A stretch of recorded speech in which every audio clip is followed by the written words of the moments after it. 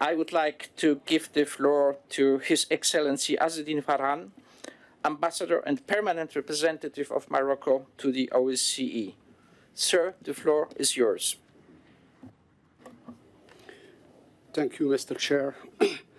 Mr. Chair, Excellency, ladies and gentlemen, I would like to thank the Swedish Presidency for its commitment and its outstanding efforts and dedication throughout this year of successful cooperation on the current security challenges and the prospect for fostering stability and enhancing cooperation in OSCE environment.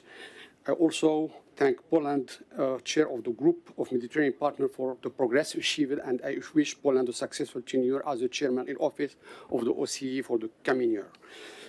Mr. Chair, the annual conference is an opportunity for Mediterranean partners to exchange on current global security issues with a view to developing a comprehensive response to security challenges from OSCE and Mediterranean cooperation partner perspectives.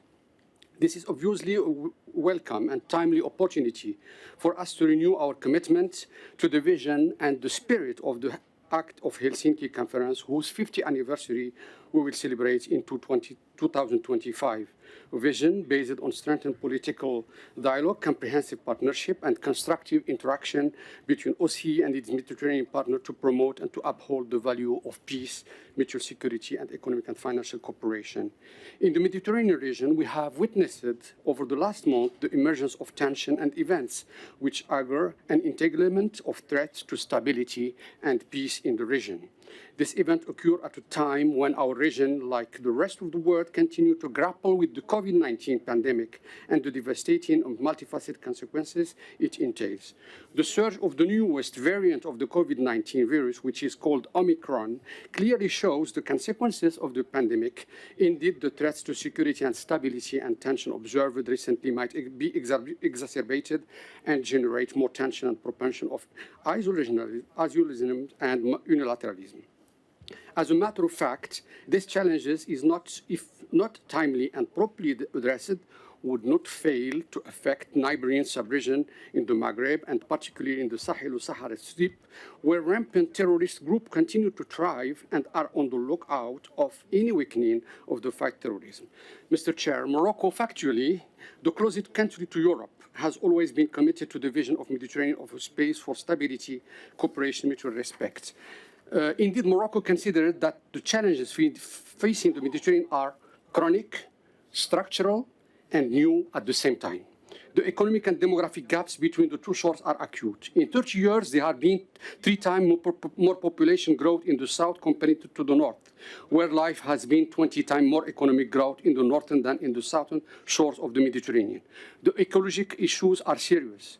The Mediterranean is one of the most threatened regions by the climate change. It is warming up to 20% faster than the world average. Migration is another urgent matter. While migration is a historical reality in the region, or the Mediterranean has become tragically renowned as one of the world's deadliest migration routes. Terrorism is a tangible threat at the Mediterranean, find its extension in the Sahel region, which is already home of the breeding ground of the terrorism. Mr. Chair, in response to these challenges, Morocco, as Mediterranean and Atlantic country, has always strived under the leadership of His Majesty King Mohammed VI and continue to be a provider of peace and a contributor to stability in its region and the bridge builder between region and culture. The dynamic approach we advocate is one we apply. We defend an approach whose relevance is geostrategic. We call for a holistic approach that considers the intersectionality of challenges. That's whether it is migration governance, fight against terrorism, or against climate change, we implement a multidisciplinary approach. It is for the effectiveness of this approach that Morocco is pursuing a regional initiative with a multiplier effect. Regarding migration, the African Migration Observatory, hosted by Morocco, is contributing to improve the governance of migration in Africa. In the fight against terrorism, Morocco is hosting a unique regional hub of the United Nations of Counterterrorism, devoted to counterterrorism in Africa.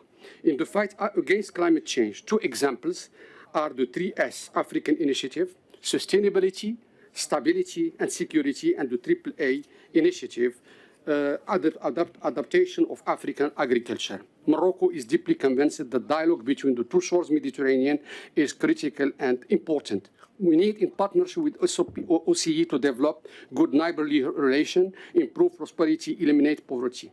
Morocco believes that the following lines of action are to be necessarily undertaken. First, reaffirm the validity and maintain the vitality of the vision that we share for the future of Mediterranean.